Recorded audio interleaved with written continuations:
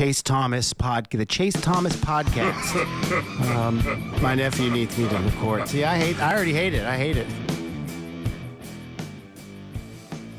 All right, hello, and welcome back to another episode of the Chase Thomas podcast, where I'm still the aforementioned Chase Thomas, coming to you live from Knoxville, Tennessee. Everything School HQ, number one attendance team in the SEC this year, the Tennessee Volunteers, it just means more. Even in a down year, you just can't stop those orange and white fans all across the Southeast.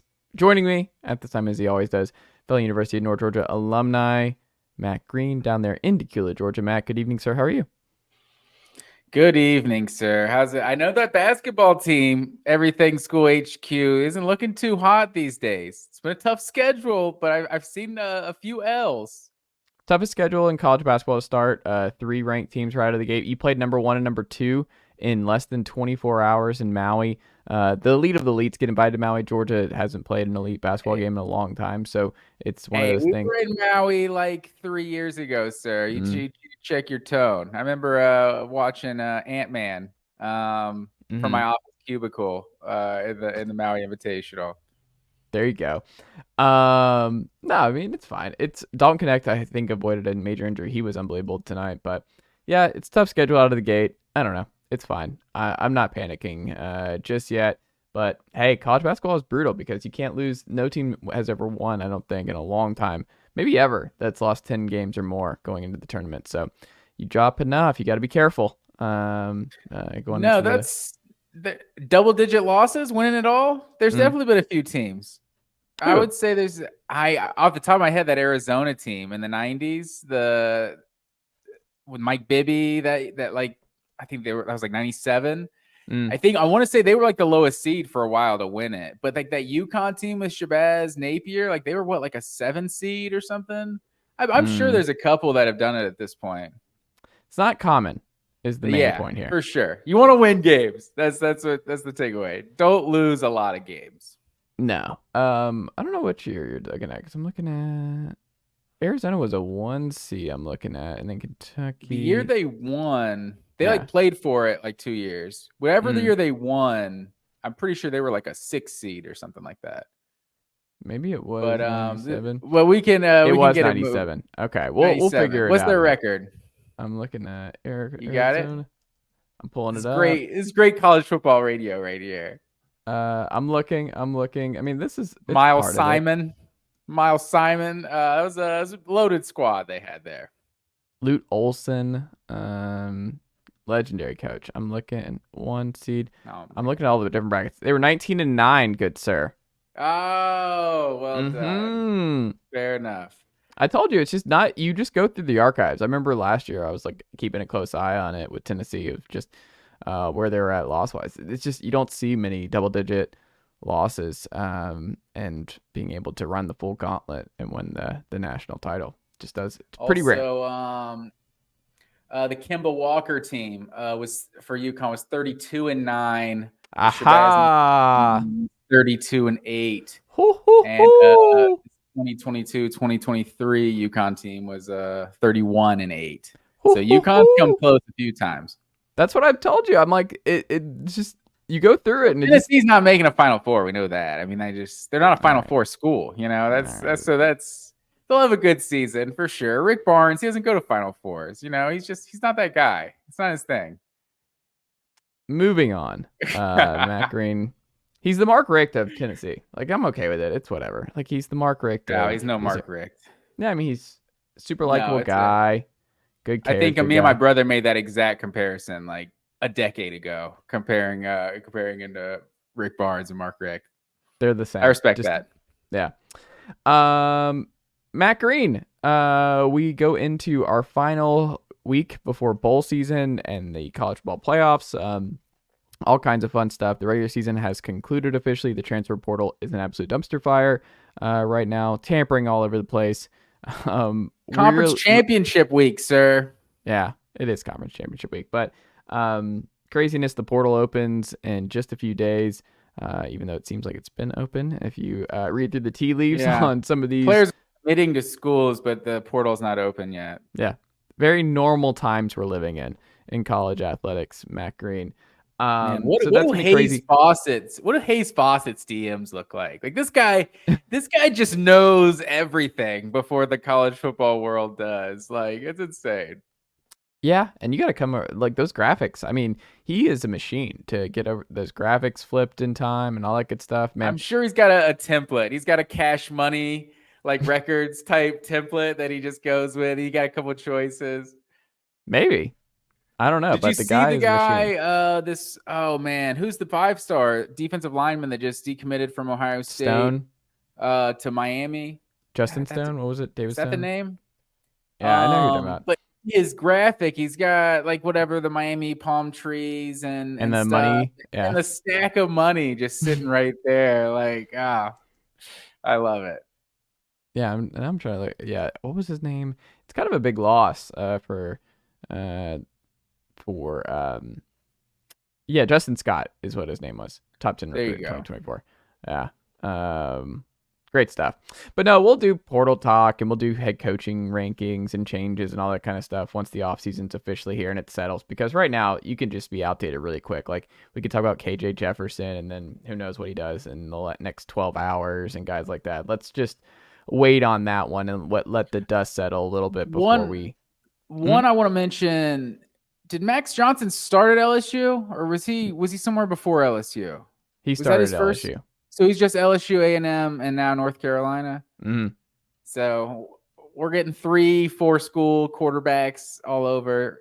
JT Daniels is done, though. He cannot play college football any longer. Somehow KJ Jefferson has a year left. Somehow Will Rogers. Actually, I think Will Rogers just played 4 straight. So, but it feels like some of these guys have just been in college forever. Yeah, and the COVID year doesn't wrap up until next year. So we still got one more year. And you guys gave Stetson Bennett such a hard time. Like we're seeing 25-year-olds all over the place. I don't think that's never mind. Matt Green will pivot to the college football playoff latest rankings. What did you make of what the committee did and what the conversation was following what the committee did this week? I would say the committee made like what would you say one statement this week? And I think it's Ohio State. Like putting Ohio State at 6, that feels like you made a conscious decision to split up Oregon, Texas, and Alabama, these 3 that have been together like the whole way as like the 3 1-loss teams. Now you're adding Ohio State to that 1-loss group, and you're saying Oregon is definitely the best of this 1-loss group. So I feel like that was kind of a statement, but also having Ohio State still be ahead of Texas and Alabama, because I don't really think, I'm going by eye test, I don't think Ohio State is better than Texas or Alabama personally. So it's hard to say that their 1 loss is the best loss, quote unquote. But I don't know that I think Ohio State's definitely better than them. But I mean, both of those teams win a conference championship and they're easily going to jump Ohio State, I think. So it's not really an important factor, but I think it says something on like Ohio State's potential to still like back in if there's like some chaos is still there. I don't know. Ohio State would need a lot of help to make the college football playoff. I think it's like 1%, sure. 2%. I don't think there's a path for them. Well, does Georgia, if there's a scenario, I mean, it doesn't even matter what else happens. If you're just judging Georgia and Ohio State, if Georgia loses to Alabama, is Georgia still ahead of Ohio State? Yes. And so I think if you think Georgia's going to be ahead of Ohio State, then yeah, Ohio State. Don't you? There's no room for 2 teams that lost their last game to make the playoffs with everything going on. The way it worked last year is just so many other teams cannibalized themselves. There's a lot more chaos at the top. Now it's just, we have a lot of chalkboard stuff. Like 1 loss just kind of put you in a really rough spot. And especially if you're a 1-loss team that didn't make your conference championship game, I think it's going to be nearly impossible. Outside of Georgia, who we'll get into in a second, who I think is the one wild card here. Because it's like everybody is coming up with their own arguments, right, Matt Green, where it's weird because you know how I feel about the Georgia Bulldogs, and this is tough for me to say, but it's like even if they lose this game, like no one is going to change, and no one in that committee actually believes Georgia's not one of the 4 best teams in college football this year. If they lose this game and they miss the playoff, that means the playoff will not include one of the 4 best teams in college football. But that's also because Georgia can take care of business down the stretch here. They had their opportunity. That's the whole point of playing these games on grass. Like, you want to see the results, and the results should matter. That being said, in most years, like even that kind of loss in the SEC title game, we've seen it with Alabama, like you would still find your way in.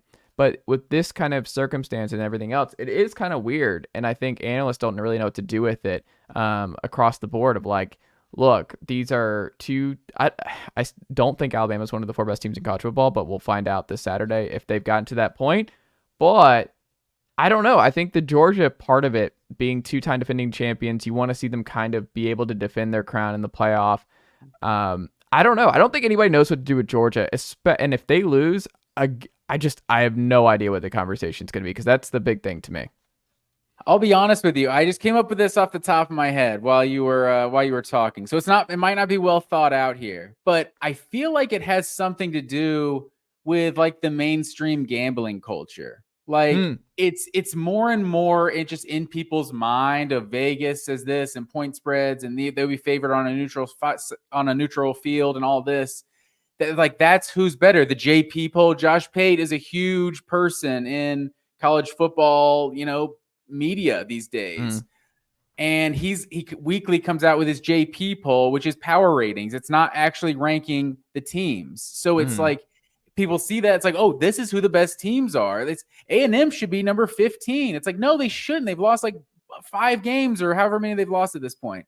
Like, so it's just getting people kind of like, we're overthinking what we're doing here. It's like, we know how the college football polls work. It's not always the best, quote unquote, because why do we even play the games? We all know Alabama's loaded with 5 stars, and for the last decade, they've been one of the best 4 teams. Like, why even play the games? Like, oh, Alabama's definitely one of 4 of the best. They lost 2 games. Yeah, but they're still probably one of the best 4 best. Or they're still probably up there. You would probably still gamble on them, wouldn't you? Like, yeah, I probably would.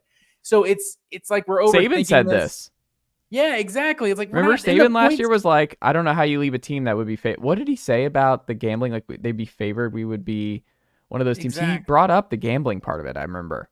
Exactly. So it's like, we're just overthinking this. We all know it's a combination of the best and most deserved, best resume, most deserving. Like, that's why the conference championship, a little cherry on top, is part of the formula. A little head-to-head is definitely part of the formula, because like the games have to matter. So I think we all know what it takes to win a national championship. It's almost perfection. And if you're undefeated winning a conference championship, I don't care if you lose your starting quarterback at the very end. Like, Florida State should be in the playoff. Like, they went undefeated. Like, who knows? Yeah. Maybe this magic, their backup can have 3-4 more weeks as the starter to prep for the college football playoff. Maybe maybe Mike Norvell's got a creative way to use him, and it'll compensate for him. You just can't really make that decision on what Florida State is if they don't have their quarterback. Even though right now I think Texas is better than Florida State. If that's what it likely is going to come down to, I think is that 4 or 5 conversation. And today I think Texas is better than Florida State, but you have to reward that 13-0 season. So you look at Georgia, if there's chaos, like, everyone didn't take care of business in 2021. That's why Georgia knew that they're undefeated, and even if they lose to Alabama, there's a good chance we're still in the playoff. Like, there's not that same sense of urgency. This year, it's as clean of a conference championship week, like quarterfinal, as we've ever had in this sport. Like, obviously, it's not a completely quarterfinal. Florida State's beating a team that just lost to Kentucky a week ago. No disrespect to Louisville. Oklahoma State's lost 3 games. That's Texas's quarterfinal game. And Texas also might not get in, right? It's only a quarterfinal if something else happens. So, but with the Pac-12 and SEC championships this weekend, I feel like it's going to end up being pretty clean. There's just that conversation of Florida State. And I think that's going to be, I feel like Reese Davis and Kirk Herbstreit are like pushing it hard. It kind of feels like, if I was a Florida State fan, I know I would be like, they got an agenda against our team. Like, because I'm a neutral person. I'm not even a neutral person, but I'm not partial to Florida State in any way. And I'm like, man, it feels like they're trying to kind of put that seed out there of like, we should evaluate Florida State. Like, they don't look very good. Like, I don't see it that way. I think Florida State, like I said earlier this week, they should have been the biggest winner of rivalry week a week ago. Like, they beat Florida, a 5-7 Florida team by multiple scores on the road in a ugly, like, tough game. Alabama needed a miracle to beat Auburn, a 6-6 Auburn team. Washington State had a last-second win over a 5-7 Washington team. Those teams were at full strength. So I don't want to hear like what you believe Florida State is or isn't. Like, if they're 13-0, they got to be in the college football playoff. And I also think that's one of those people are getting mad, and I'm like, they're going to be in. Like, I don't know why people are freaking out about this. I think if Florida State wins, there's no question they're in. I don't think that's going to happen. I don't think the committee. Now, do I think a lot of Reese Davis, man, he's putting it out there. They're going to do it. I just don't think it's going to happen. It would set such a bad precedent for it. I mean, I guess it doesn't matter as much because you're going to the 12 team next year anyway. But no, I don't think they'll do it. I think the backlash would be pretty paramount, and I think it should be, because if Florida State does win, they should be in. Like, what else do you want them to do? They went undefeated in the Power 5 conference, won their conference title game. They have to be in. Like, there's no question about it. They have to be in. Now, that goes back to the betting culture, where the conversation all week has been, if Georgia wins and Florida State wins, that's probably the matchup in round one. And they're like, what's the opening line? And I think someone released the opening. I think Bud Elliott today on Twitter put what a hypothetical, or what the betting markets are already thinking about that game. And it's like dogs are like favored by 13.5 or 14 against Florida State. I was thinking 14 or 15 or something. Yeah, and you're like, yeah, that's a disaster. And that can be true. Like, that's a disaster. And you heard Kirk Herbstreit say that, like, these first round games have been like an average of 19 points a game. And it's like, yeah, you're a broadcaster that works for a TV network that essentially owns the playoff. It's like, I just feel a certain kind of way about it. I'm not a conspiracy theorist over here, but it's like, I don't really care what you think is going to make for the best TV product. Like, Florida State earned it, even if they're not at full strength currently. Like, if they're a one-loss team and you're like, yeah, but they just lost their quarterback, I think there's a discussion to be had. I think you can have the injury conversation, but when they're undefeated, I think you got to give them the benefit of the doubt for sure. I agree. Matt Green, what should college football fans be rooting for this weekend? What is the Final Four that they should be rooting for if their team is not one of the ones still fighting for it? I think you want to see the four best teams that can all win a national championship, right? Like, Alabama might be one of the four best teams, but Georgia's trying to make history, I think, go for 3 in a row. I think that's a cooler storyline. Like, if I'm a neutral-sided fan, who knows? Maybe you're like, I want to see a new team, and you hate Georgia. I can't vibe with you there. But I think you got to root for Georgia. You don't want, who knows? Do you want chaos, or do you want like the four best teams? Because I feel like we've run into this in college basketball, that we all want chaos and upsets. But then you're like, when the Final Four is North Carolina and Kentucky and Kansas and UCLA, it's like, it kind of feels like it's a better product than when VCU is playing whoever, George Mason or something. You know what I mean? So from that perspective, I think the best Final Four is Georgia versus Texas in the first round, and then Michigan versus Oregon in the 2-3 matchup. I think that's probably right. You could also sell me on Michigan, Texas, and Oregon, Georgia in the first round, because I kind of am worried about a Oregon, Georgia final, just based on what we saw a year ago, that I think you want to avoid that one if you can, because personally, but you can't seed the tournament like that, right? You just got to judge Oregon versus Texas's resume. And if they beat Washington, there's no argument for Texas being ahead of Oregon, right? Like, this whole way, Oregon's been ahead. Then they beat number 3. Yeah. Texas beats number 15. That's how it would work 15. Out. But I'd feel like that might be, my gut tells me if you get that, that's the national championship. Kind of like last year with CJ Stroud and Ohio State versus Georgia. Like, I think Texas has the best shot of those 4 to beat Georgia. What they have in the defensive line that we'll get into, and how good that defense has been all year long, and the guys they have outside. I don't know. my gut tells me Texas of the remaining teams has the best shot of dethroning Georgia if they take care of business on Saturday. Yeah, I've said the same thing. I think with their weapons they have outside, and like you've seen that graphic that comes up every Georgia game, like the last 4 games they've lost to is a guy was like a Heisman finalist that threw for about 400 yards. So it's like that's usually what it takes. And Quinn Ewers hasn't been that, but we know that offense he's shown has flashes, that and he went ability. into Tuscaloosa and won. Like he's shown that he can win those kind of games. For sure. I mean, they're a dangerous team. Yes, they are, Matt Green. Petrino goes to Arkansas. He comes back home as the new offensive coordinator for Sam Pittman. Just your immediate reaction to Petrino getting the OC job. Obviously had a lot of success. Did not end well in Fayetteville, but it didn't end. It didn't end well in Fayetteville. How did it end? Do you remember? It did not end well. Anything noteworthy happen at all?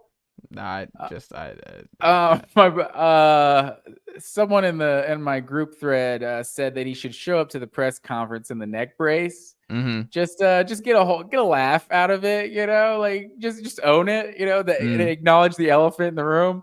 I don't know, that'd be bold, but I thought it was huge because Sam Pittman, he's still there, he got to scapegoat the offensive coordinator, but he's still going strong. I think Petrino, we've talked about it, he's one of the best offensive minds in the game.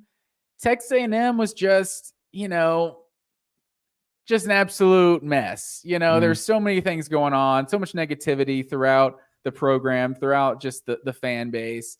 Jimbo Fisher, who knows? We still don't know how much, leeway he was giving Petrino, how much his hands were still kind of handcuffing the offense. So I think Petrino to Arkansas is huge. I think Pittman's going to be like, yo, do your thing, dial up that offense, do that thing you do. And I think it's big time for Arkansas for sure.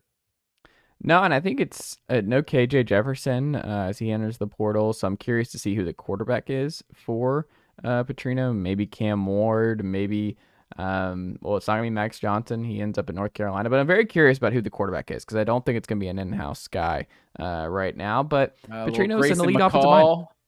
Who? A little Grayson McCall action. I don't know if he's a fit there. Yeah, I don't know. I don't know if he's a Petrino guy. Maybe Petrino can do anything. He can just give him whatever. He can dial something up.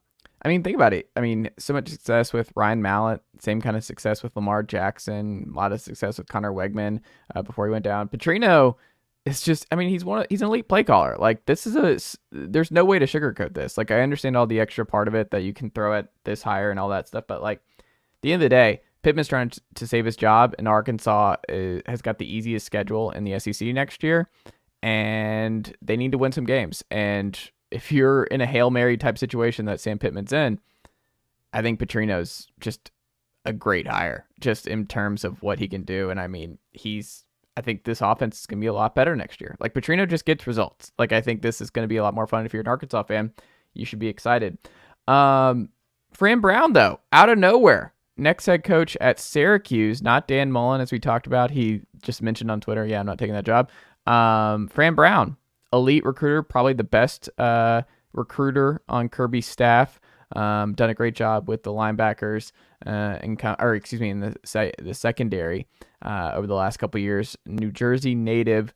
It's a big jump though to not even be a coordinator and get this full-time gig. I don't know what that means for him and his success because Syracuse is a hard job, and we'll see what he does to fill up the staff. You're going to have, like we've talked about Mississippi State and schools like that, you have to have a weird offense because you're just not going to have the talent, not going to have the NIL capital to really play a pro style like stuff that he's doing in Georgia. Like he cannot run the Georgia offense at Syracuse. So he's going to have to adapt there to his personnel. So we should see how he handles the OC search and all that kind of stuff. I'm very curious on what Fran Brown does there, but what is Syracuse getting, and what should Syracuse fans be excited about with Fran Brown, and how worried are you about losing Fran Brown in the secondary? Yeah, I mean, Fran Brown, he's been talked about as like the best recruiter on this Georgia staff. Like you see so many defensive commits that this Georgia team gets, not even just defensive backs that will mention Fran Brown in their recruitment. So he's big time, excuse me. He's definitely big time. He's big time loss. I did hear one thing that he might only be sticking out to the SEC championship, and he might not be staying like through the bowl games and all that. So that would be one thing that's pretty interesting. Obviously, Kirby Smart and Will Muschamp have a lot of experience coaching DBs, but that would be a huge loss if that's something that does affect Georgia's postseason run. But yeah, I mean, I think he's a DB coach, so we don't really know what exactly his offensive philosophy is. So it would be interesting to see kind of what he wants to do at Syracuse. But, seeing what the Georgia has recruited at corner and safety the last like 2 or 3 seasons, it's just been 5-star after 5-star. Like in another one, Ellis Robinson, is maybe the number 1 player overall to some people in this upcoming class. So number 1 corner in the country. So yeah, Fran Brown, big time, but I think Georgia's probably going to go out and find, probably one of the better DB coaches in college football to replace him. So you don't think they go in-house? Maybe get Champ Bailey on the staff, so to complete this all former Georgia players, all people that played with Kirby Smart in the 90s. No, but I'm not sure. I mean, who is it that Florida just fired? Corey Raymond, like he obviously had a huge reputation at LSU. Like, I don't know if he would be interested in the Georgia job, but, I think Georgia in the position they're in, I think Fran Brown wasn't just some guy like we're talking about Muschamp and Bobo. That was a buddy. Like that was a hire that Kirby Smart waited like the whole offseason to make. Like it was kind of a thing of like how long that vacancy stayed open. He did his homework and found the best guy for the job. So, I trust Kirby Smart. This is not the first former assistant that Kirby Smart's had. Get Sam Pittman, Dan Lanning, Shane Beamer. Like you're seeing a coaching tree. So I think that's one of the best things. And that's like of all the things that Kirby Smart learned from Nick Saban, and that's what it is. It's the actual like management of the program. And there always seems to be a backup plan for the backup plan, and I'm sure he'll fill it in with a big time coach. I like it. Matt Green, college football conference championship weekend is here. 7 games. We'll go through in detail a couple of them here, but where are we going into the weekend? And is it possible for you to catch up to me? Have I already locked up our pick'em in back-to-back years? And where are we going first? Yeah, I would say you have locked up the pick'em for back-to-back years. I guess overall, there's a chance I could catch you on the weekend, but depending on who we pick and everything. But that's why you're going to go first. On the season, overall, you're 103-48. I am 151. So you got 3-game lead there, and then against the spread, you're 86-61-4 to my 79-68-4. So I tallied this up though. Both of us together and Zeus thrown in there at 12-5 against the spread. Us 3 were 177, 134-8 on the season, 57%. So the people are getting quality information against the spread week in and week out from both of us here on the podcast. And then overall, we're 203-99 on picking winners and losers. So 67%. That's not bad at all, sir. There you go. Matt Green, where are we going first? Let's start it off in the Friday night. We got the Conference USA Championship, New Mexico State and Liberty. Liberty beat them 33-17 back on September 9th. How do you see this game going, sir? Jamie Chadwell. These are, they need to move. I mean, everything about the calendar just sucks because this game could have easily gotten ruined, or there's another game that might potentially get ruined depending on how things go over the next 24 to 48 hours. But like the coaching changes where you're like, is Jamie Chadwell? Because if he gets the Mississippi State job or whatever, then an undefeated Liberty team is like just in a weird spot going into their conference title game. But Mexico State obviously had their big win against the Auburn Tigers already this year. So big road win for them. Solid team. They used to be one of the worst programs in college football. They've been there for multiple times in our lifetime, Matt Green. So the Aggies being able to get back into conference championship season, even if you and myself as college football diehards could not probably name every Conference USA team anymore. And I mean, did you know, I'll give you, here's some trivia, CUSA trivia, Matt Green. Who is the latest team to announce that they are joining Conference USA in 2025? Oh, man. I'll give you a hint. Their head coach has been on my show this year. Oh, is it Liberty? It's not. They're already in it. They're in the conference title game. What am I talking about? Coastal Carolina? It is not Coastal Carolina. What I was going to say, what about Sam Houston is what I was going to guess before your hint. It's not Sam Houston. Do you want me to just tell you? I don't know. Yeah. The Delaware Blue Hens, good sir. I did see that. Oh, great call. Ryan Candy. Good dude. Love talking to him. Great logo. I love the Blue Hens. It's great. They got the Wolverine look, and it's just a lighter shade of blue. It's a good look. I'm excited. Delaware making the jump to FBS in 2 years. So all that to be said, great year. Caden Salter, former Tennessee recruit, actually Tennessee player, very, very briefly kicked off the team and then transferred to Liberty. Having a great year with Jamie Chadwell. Chadwell's offense is awesome. Undefeated year. They're fine. They're rolling. And I think they win here. So finishing perfect for the Liberty Flames in my estimation. So give me Liberty to win and cover, Matt Green. You got a score prediction? Let's go 42-24. 42-24. New Mexico State has won 8 straight coming into this game. Liberty has won, obviously, 12 straight. Jamie Chadwell is 44-6 in his last 50. I'm with you. Give me Liberty to win, but not cover. New Mexico State is going to keep it close. 38-31. All right. Where are we going next, Matt Green? Our next game on Friday night. This is the big one. One of the big ones. We got Oregon and Washington in Las Vegas. What is the spread? Oregon is a 9.5-point favorite in this game after losing by 3 earlier this season. How do you see this game going, sir? I think this is potentially the game of the weekend. We'll get into Bama, Georgia in terms of anticipation and things like that, but I think this one I'm most confident goes to the wire. This one I'm most confident is going to be a back-and-forth slugfest. This game I think is the most evenly matched two teams in the playoff or in the conference championship weekend. We'll see if that ends up being true after all things are said and done. But look, this kind of feels like, to me, and I don't know if you agree with this comparison. I was thinking about this week. Washington's awesome. I feel bad for them. Like, if I could do one thing with us going to the 12-team playoff, I would get rid of the conference title game starting next year. That shit needs to end. We need to move on, especially with divisions going away. This is over. Like, we don't need to keep playing these games over and over again. You talked about on last week's show that Ohio State and Michigan might be playing twice in a row in this situation, and then they still somehow both make play. Like, it's going to get redundant and really bad really fast. So I think this needs to go. So if you're getting rid of divisions, I think we should actually get rid of conference title weekend. All that being said, because look, if you're a Washington, I don't know. Just keep going. Keep going. Yeah. I'm sorry.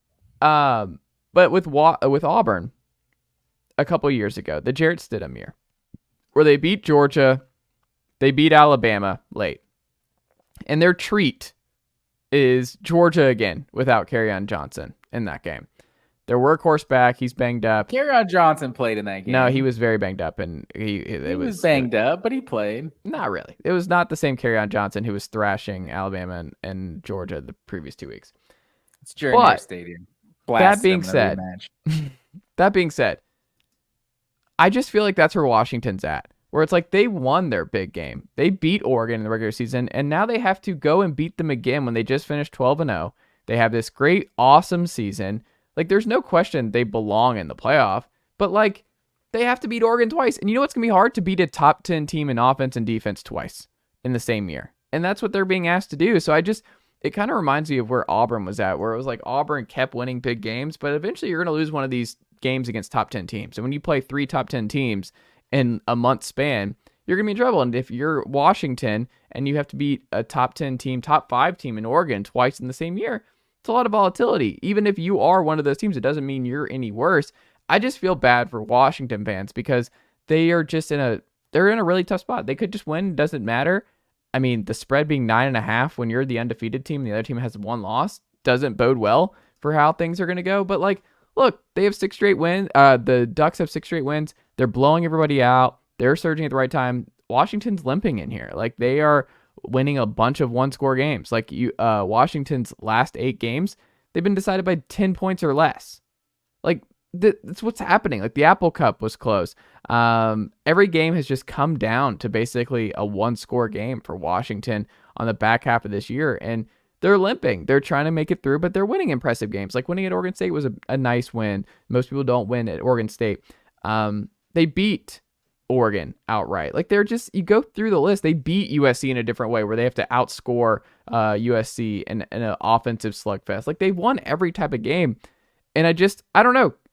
I feel so weird because I don't really want to bet against Kalen DeBoer, and I also don't want to bet against Dan Lanning twice. So the big thing too, Oregon doesn't give up sacks, only 5 sacks all year long. It's the fewest in all of college football this year. But Washington's also 110th in sacks. Like, they don't sack anybody, so that's going to be part of the game. Bo Nix is going to have time. I mean, Kalen DeBoer, though, he's 23-2 at UW. Second longest win streak in the country. They won 19 straight. He's 102-11 as a head coach in general, man. Like, it's just hard. Like, both these teams, I think, are really good. I think both these teams are top 5 teams in the sport, and one of these teams is going to miss the playoff. And I kind of just, every conversation has been about, oh, what if Georgia misses? What if Bama misses? And I'm like, I feel worse for the loser of this game if it's Washington, because I think Washington and Oregon are both they remind me of Michigan, Ohio State last year, where I think they're both worthy playoff teams and would cause some fun damage and have been one of the 2 of the 4 best teams in college football. At least you can make that case. I don't know. All that be said, I just don't think Washington can beat Oregon twice. I don't think it's going to happen. So I think they're going to cover.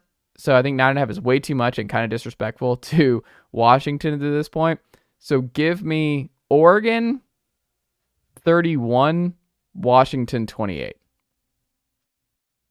Ooh, a real barn burner there. So in rematches in the Pac-12 championship, the previous winner is 5-1 in the rematch in the conference title game.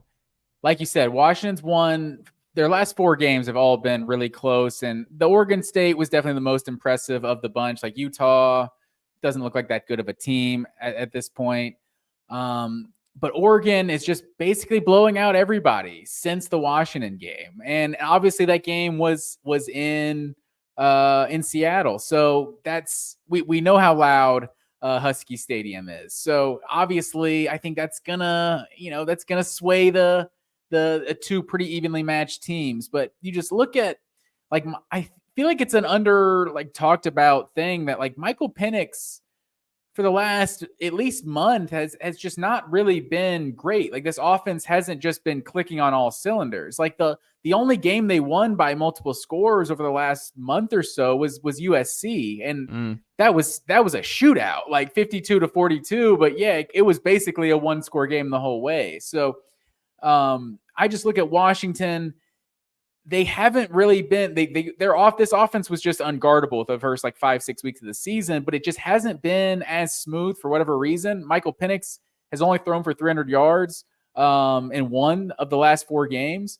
So I just look at Washington right now compared to what Oregon is, and Oregon just feels like they're better at all facets. So I kind of think Oregon's going to win this one handedly. Like, you said, what, Kalen DeBoer's 23-2. Dan Lanning's 21-4. Like, this is like a great matchup of these 2 young head coaches. Obviously, 2 of those losses of Dan Lanning's are to Kalen DeBoer. So it's he's had his number so far through 2 years, but I think this Oregon team is just better all around. And so I'm going Oregon 41-24. Big win. Yeah, I think Oregon makes a statement. Okay. Because I just look at this team. I want to pick Washington. I'm so mad at myself. I want to just pick Washington with every part of me, but I can't do it. I'm going to be so mad when Washington just wins this game. Washington has a TCU feel from a year ago that they're good. They have, I think, probably more NFL talent, but they had Quentin Johnson, like his big time NFL prospect for TCU, and Kendrell Miller. But I think I think there's something about them that I'm kind of waiting for the other shoe to drop. And I think Oregon just feels like a more well-rounded team. That's fair. Where are we going next, Matt Green? Let's go to Saturday, noon, the nooner. We got Texas and Oklahoma State. I got a trivia question for you, sir. Mm-hmm. How many Big 12 championship game appearances, or I guess I'll rephrase it. What is Mike Gundy's record in Big 12 championship games in his career at Oklahoma State? Well, he lost to Baylor when he could have gone the college football playoff 2 years ago. 0-3.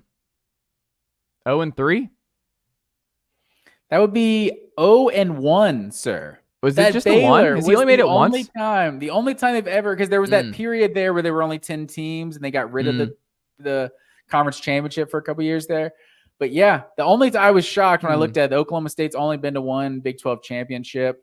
9-9 is Mike Gundy's record versus Texas since he's been at Oklahoma State, and that's obviously, you look at the series with Texas and Oklahoma State, that's by far the most success Oklahoma State has had. So I just look at this game. Oklahoma State's obviously won 7 of 8 right now, but Texas just feels like they have too much to play for. They feel like Ohio State 2014. That's like sitting right on the outside. It needs to make a statement, and they're just going to go out there and win like 59-0 or something like that. Like, I think Texas is going to just abuse Oklahoma State in this game. Give me Texas like 41-20. I think Texas wins this pretty easily. 41-20. I like it, Matt Green. I am right there with you. I think this is one of those games where everything about this game says Texas should roll. Texas scored 30 points in 10 of its 12 games, which is kind of wild. I don't know if you felt like this, but this year felt like the offense, especially when Quinn Ewers went down, felt like the offense wasn't as explosive as we thought it was going to be with as many guys. Jonathan Brooks obviously goes out for the year late. But no, they've actually scored a lot of points every week. They've kind of like sneakily been a good offense and scored enough points to do just enough to win every week. It hasn't been like an Iowa situation, obviously, or anything, but like Ollie Gordon is Oklahoma State's best player, right?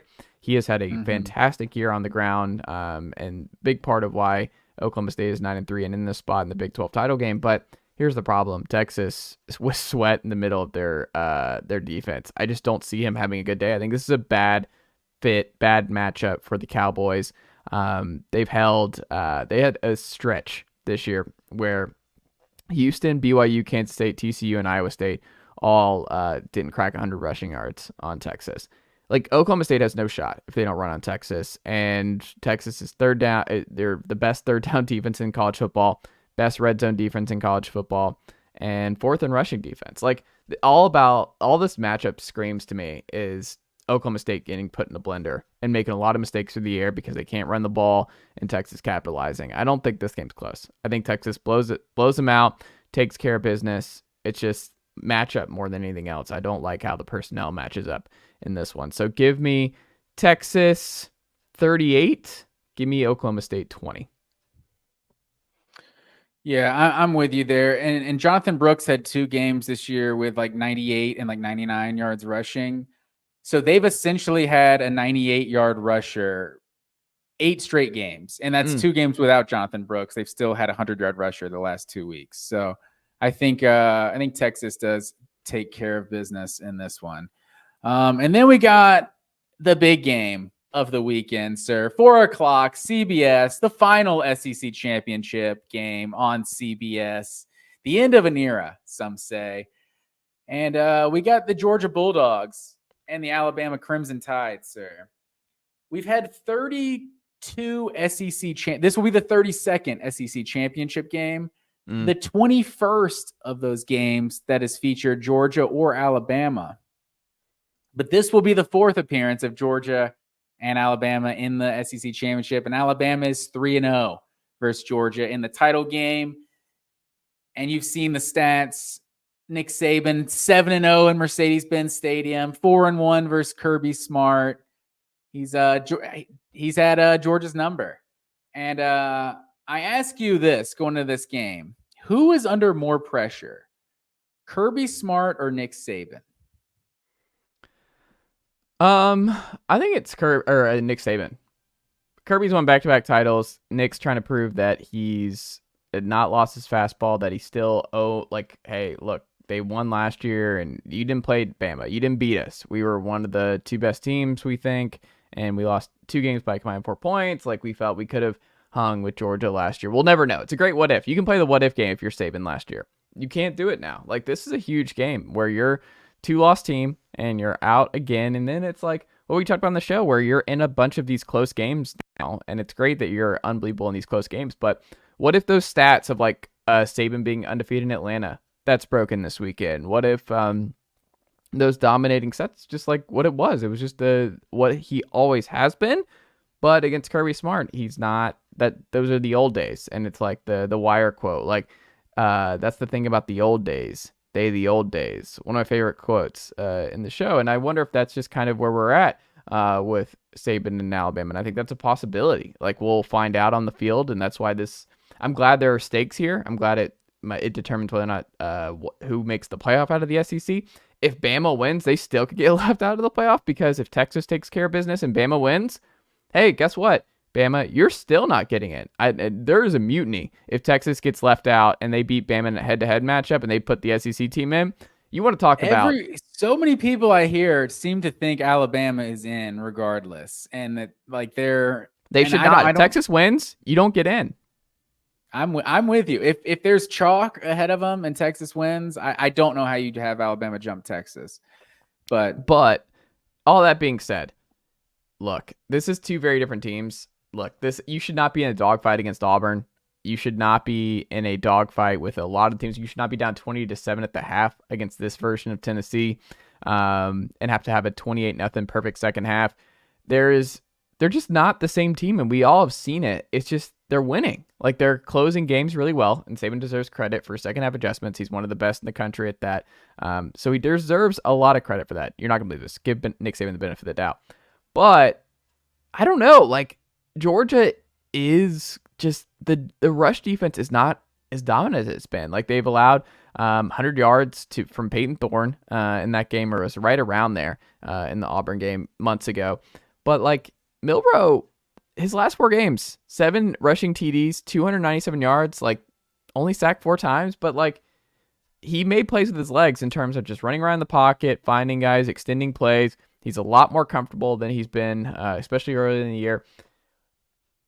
I don't know. Like, it's hard because I think he's going to have success against this Georgia team. I think in the neutral site, I think this is going to be a pretty split crowd.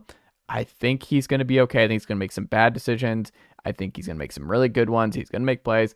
I don't see how this game's a blowout. I think that's something I've looked at back and forth of like, okay, how could this game go? Is there a path to one of them blowing out the other? No, I don't think so. Georgia's never beaten Alabama, I believe, is the favorite, and they've been the favorite the last couple times against Alabama. No, Georgia was the favorite in the national championship. Were they? I thought Bama was the favorite in that one. After they lost the SEC championship, they were still favored in the national championship. So, but I think maybe are they 3-1 or something, or have they been favored in the SEC championship? I mean, that's the only time they've beaten them since Matthew Stafford was there. So yeah. It's one and whatever. And I don't think they've ever beaten Alabama in the SEC championship game, obviously in Atlanta. So you have that record here, and I just 0-3. I mean, it's hard. The Bulldogs.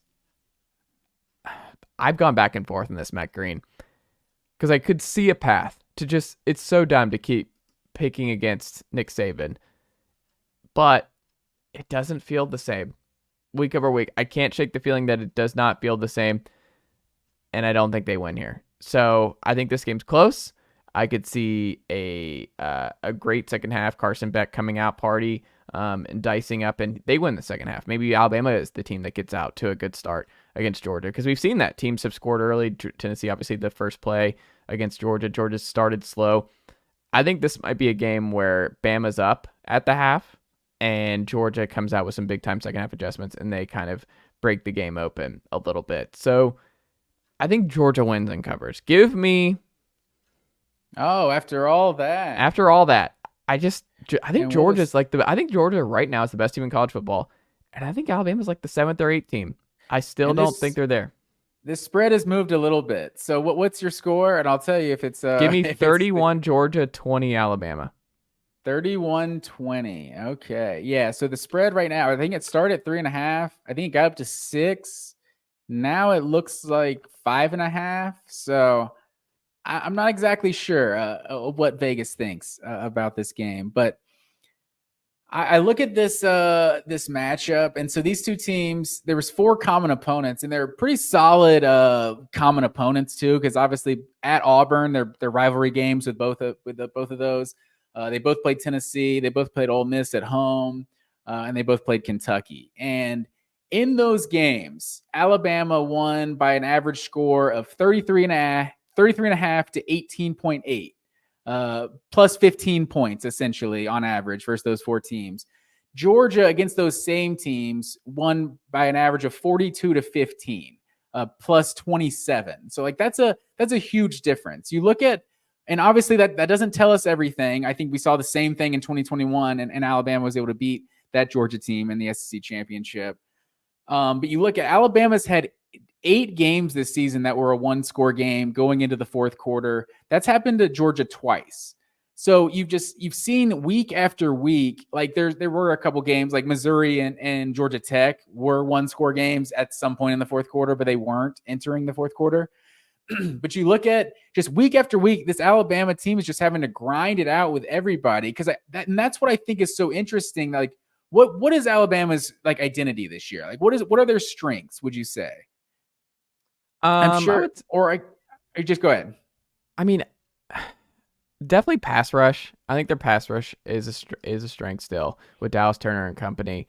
Let me simplify. I left it too open ended. I think Alabama would say their identity is defense and running the football, and both of those things, that's not really Georgia's identity. Georgia does both of those things better than Alabama does. I was gonna say I don't even think it's running the football. It's a lot of it's a lot of, hey, Milroe, go make a play. Like McClellan has not been great this year. I mean, Milroe is part of the rushing attack, but yeah, they're 45th in rushing this year. Exactly. And so that's what I'm saying. Like they don't necessarily have like an identity to lean on. Like their defense is, the whole what joyless murder ball thing. Yeah. It's like they're fine. They're a good defense. Like they're a really good defense, but they're not like the best defense in the country. Like they're as good as Georgia, maybe better. Like they're not like I would say these defenses are indistinguishable from each other. They're both really good defenses, right? You can split hairs and say one is better than the other, but you look at these offenses and it's not even close. Like Georgia's just better at everything offensively, and they're so much more efficient. I saw that stat from Graham Coffey, like in their in these 4 games that I mentioned. Like Alabama's net yards per play was like 0.82 and Georgia was like plus 0.25 or something, just like a massive difference. And you look at who Alabama's played down the stretch, because I really do think like you can just say like I'm hedging my bet or whatever, or like kind of cover my own ass. But I feel like we were right about Alabama like coming into this season, but we were wrong about the rest of the SEC West. Like Texas A&M fired their coach. They were terrible. Like LSU had like the worst defense, maybe in school history this year. Like this was a flawed Alabama team, but it was also a flawed SEC West. And they were able to get by a lot of these teams. Ole Miss, one of their closer games. Like Ole Miss is fine. Like they lost to Georgia and Alabama. So obviously you would say those are 2 good losses, but there's just not a lot of great teams that they faced. So I don't think they've, other than and we saw LSU put up 28 points in 3 quarters with Jaden Daniels, and they basically didn't have him for the whole 4th quarter. And that's obviously the best offense they've played this season. And I think you're going to see Georgia have the same type of success that LSU did. And they don't have the defense that Georgia has. Like this isn't going to be some just shootout like 40-something to 40-something. Like I just don't see that. I see with what Jalen Milroe is, and I think with what Georgia's defense, like you saw how Georgia attacked Joe Milton. And obviously Joe Milton is nowhere close to the athlete that Jalen Milroe is. But they basically just dared him to beat them from the pocket. And you saw Georgia's got maybe the best secondary in college football. They were able to win that way. And Joe Milton was not able to hit enough throws. And I just don't trust Jalen Milroe's accuracy to beat Georgia with his arm. If he's able to get loose and just be running around making plays, like that's how Alabama can win this game. But I think you're going to see Georgia be more disciplined than Auburn was a week ago. I don't think you're going to see Jalen Milroe constantly running for first downs. I think Georgia just has a different level of athlete at that linebacker position and the secondary than anyone that Alabama's seen all season, in my opinion. So I think this, honestly, I'm not going to say it's Jalen Hurts level, like national championship type stuff, like getting shut out at halftime, but I think this game has a lot of blowout potential. I think there's a chance if Jalen Milroe like isn't able to get, because I mean, you look at these Alabama receivers too, like who's the one that really scares you? Like Jermaine Burton's a good player. He's not Marvin Harrison Jr. He's not Jamar Chase. Like he's not some superstar that can just Luther Burden that can just open up the secondary. He's a good player.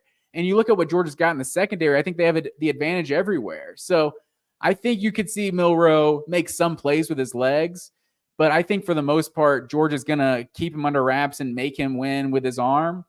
And I think Georgia wins this thing big. I think it's like, I'm going to say 38-17. I think Georgia wins this. And I think the dynasty is officially over once Nick Saban. Nick Saban has never gone 3 years without a national title since he's been at Alabama, and I think going a third year without a national title, I think it would really signify the passing of the torch that Georgia is the top dog in the SEC. No pun intended. I agree. All right, Matt Green, where are we going next? Let's keep it moving to the American. We got Tulane and SMU. How do you see? Who's the SMU quarterback? He's out. I'm blanking on Preston his name Stone? right here. He is out for this game. Yeah. What's this? Willie Fritz might be named head coach at Houston before this game starts. Is that right? He's one of the final 3. Tulane's a 3.5-point favorite in this one. I'm gonna take the green wave for obvious reasons, and I'm gonna say 38-31. They win and cover. I would have picked SMU if Stone did not get hurt in this game, but with Stone out, I like Rhett Lashley, 17-8 at SMU to this point. He's done a good job there, but now give me the green wave to ride it out here in the end. But it will be interesting to see if Fritz is still the head coach going into this game. Give me Tulane. Yeah, give me Tulane 35, SMU 24. All right, put it on the board. We got the Big Ten Championship. You're not adjusting your sets, folks. The Big Ten Championship was not played last week in Ann Arbor.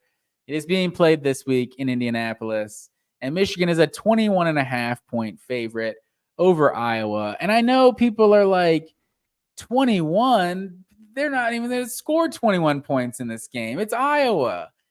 That's when Iowa's playing everybody else. And Iowa just gets them down in the mud, and it's 3-3 at halftime. And I will say, I don't even think we talked about it on the podcast last week.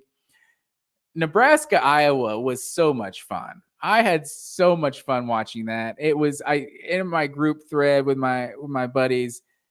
We were like all like texting, because just kind of throughout different things. And at one point I'm like, why are we all watching Iowa, Nebraska? Like we're texting like this is a Georgia game or this is like the Iron Bowl or something. But it was hilarious. That was a classic Iowa win, but that's what Iowa does against everybody else. Like Penn State took Iowa to the woodshed, and I think the I'm not a big gambler, but the team point totals for Iowa, I think I've seen at like 2.5. Like I think there's a chance they don't score in this game. I might still take the under. I'm going to take Michigan 34-0. I think they shut out Iowa. I think this is Harbaugh is 3-1, I think, or maybe 4-1 against Kirk Ferentz. I think it's 3-1. I had it written down somewhere, but it's not important. Yeah, I'm saying Michigan shuts out Iowa. This thing gets ugly. I think, and JJ McCarthy over under 10 pass attempts. I would take over. I'm gonna take the under on that. That's the only way Iowa can do anything is forcing a turnover and something crazy happening. Like just run the ball and you'll eventually just wear them down. Yeah, give me Michigan. This is just not a game. Don't spend your time watching this game, folks. Michigan's winning this game. I'll say Michigan 35, Iowa 7. So we're both picking Michigan to win and cover. Luckily for the folks, that'll be on at 8:00, and you'll have another option.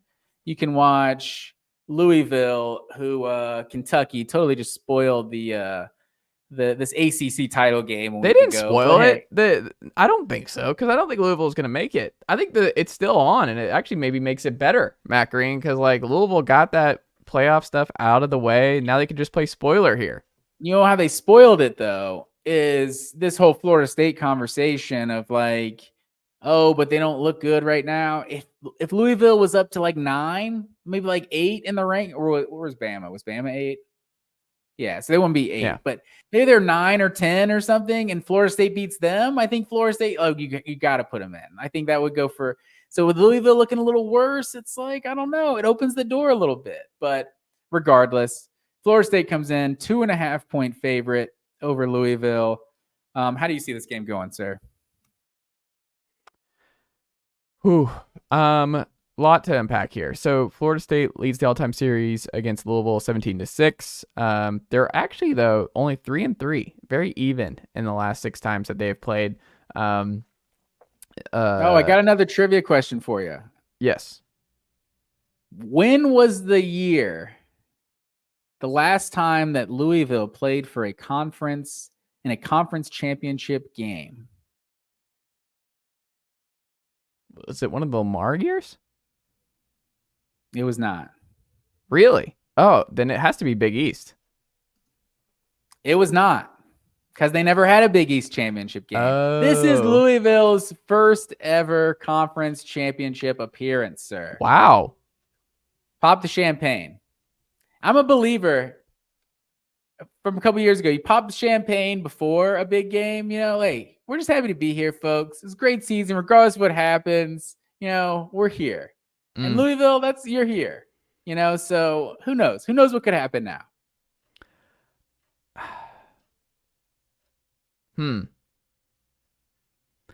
It's just, this is not a good, so the problem here now, Louisville's 9th in the ACC on third downs in the ACC. That's just bad. And you don't, this front 7 for Florida State's dominant. Love their defensive line. They're going to get after Plummer and company.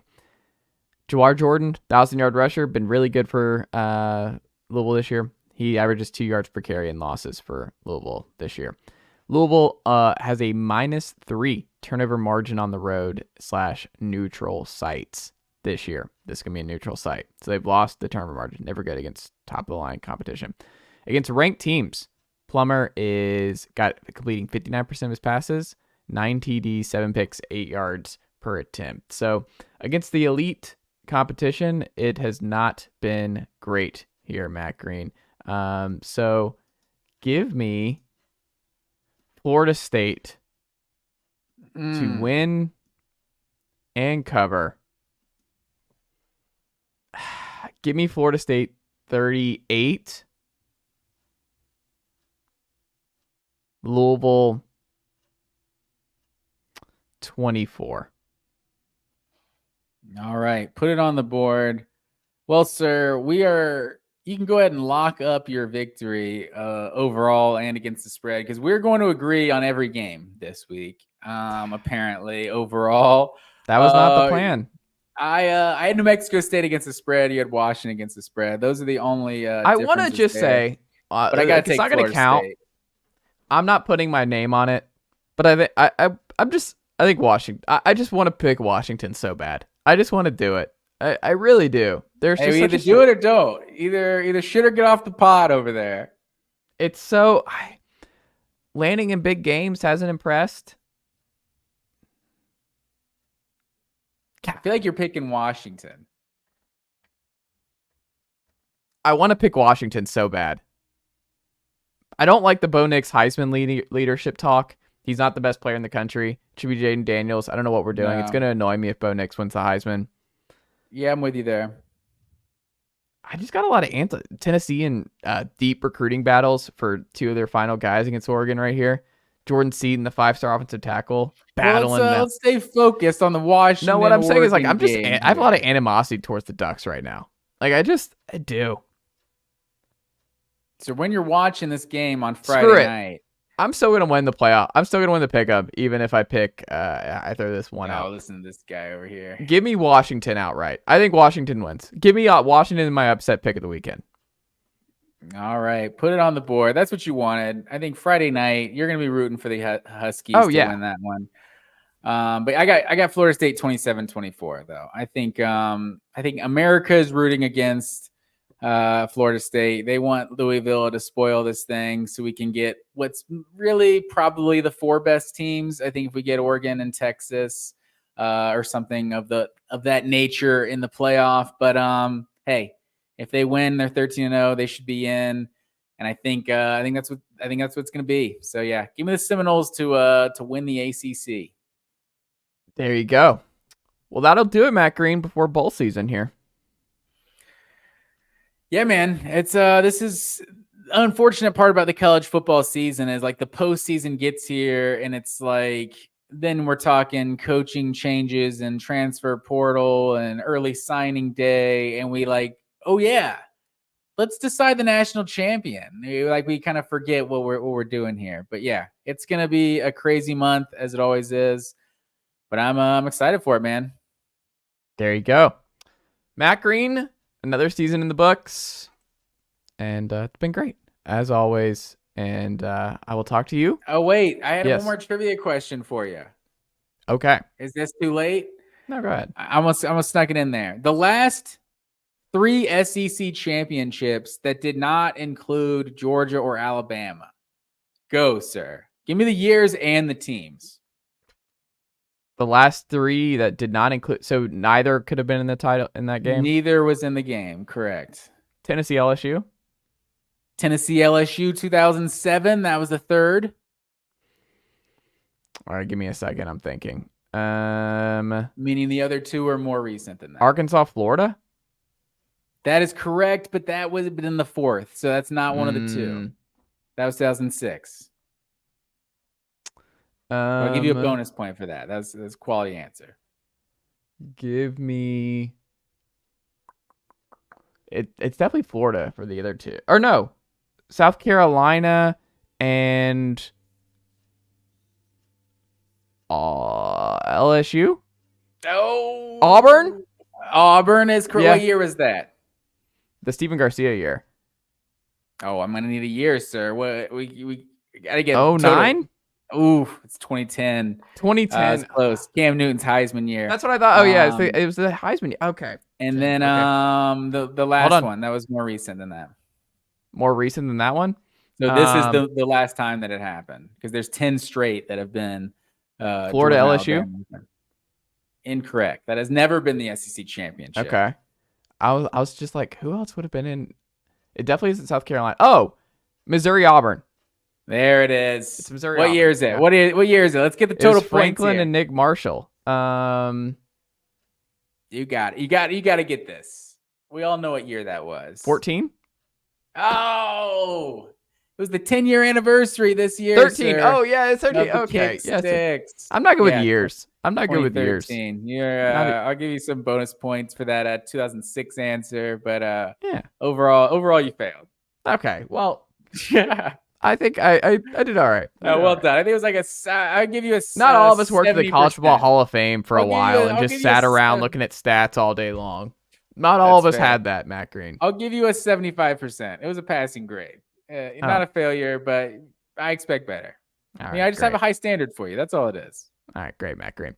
Getting lectured as we wrap up this podcast. Matt Green, always a pleasure, and I'll talk to you next week. Yes, sir.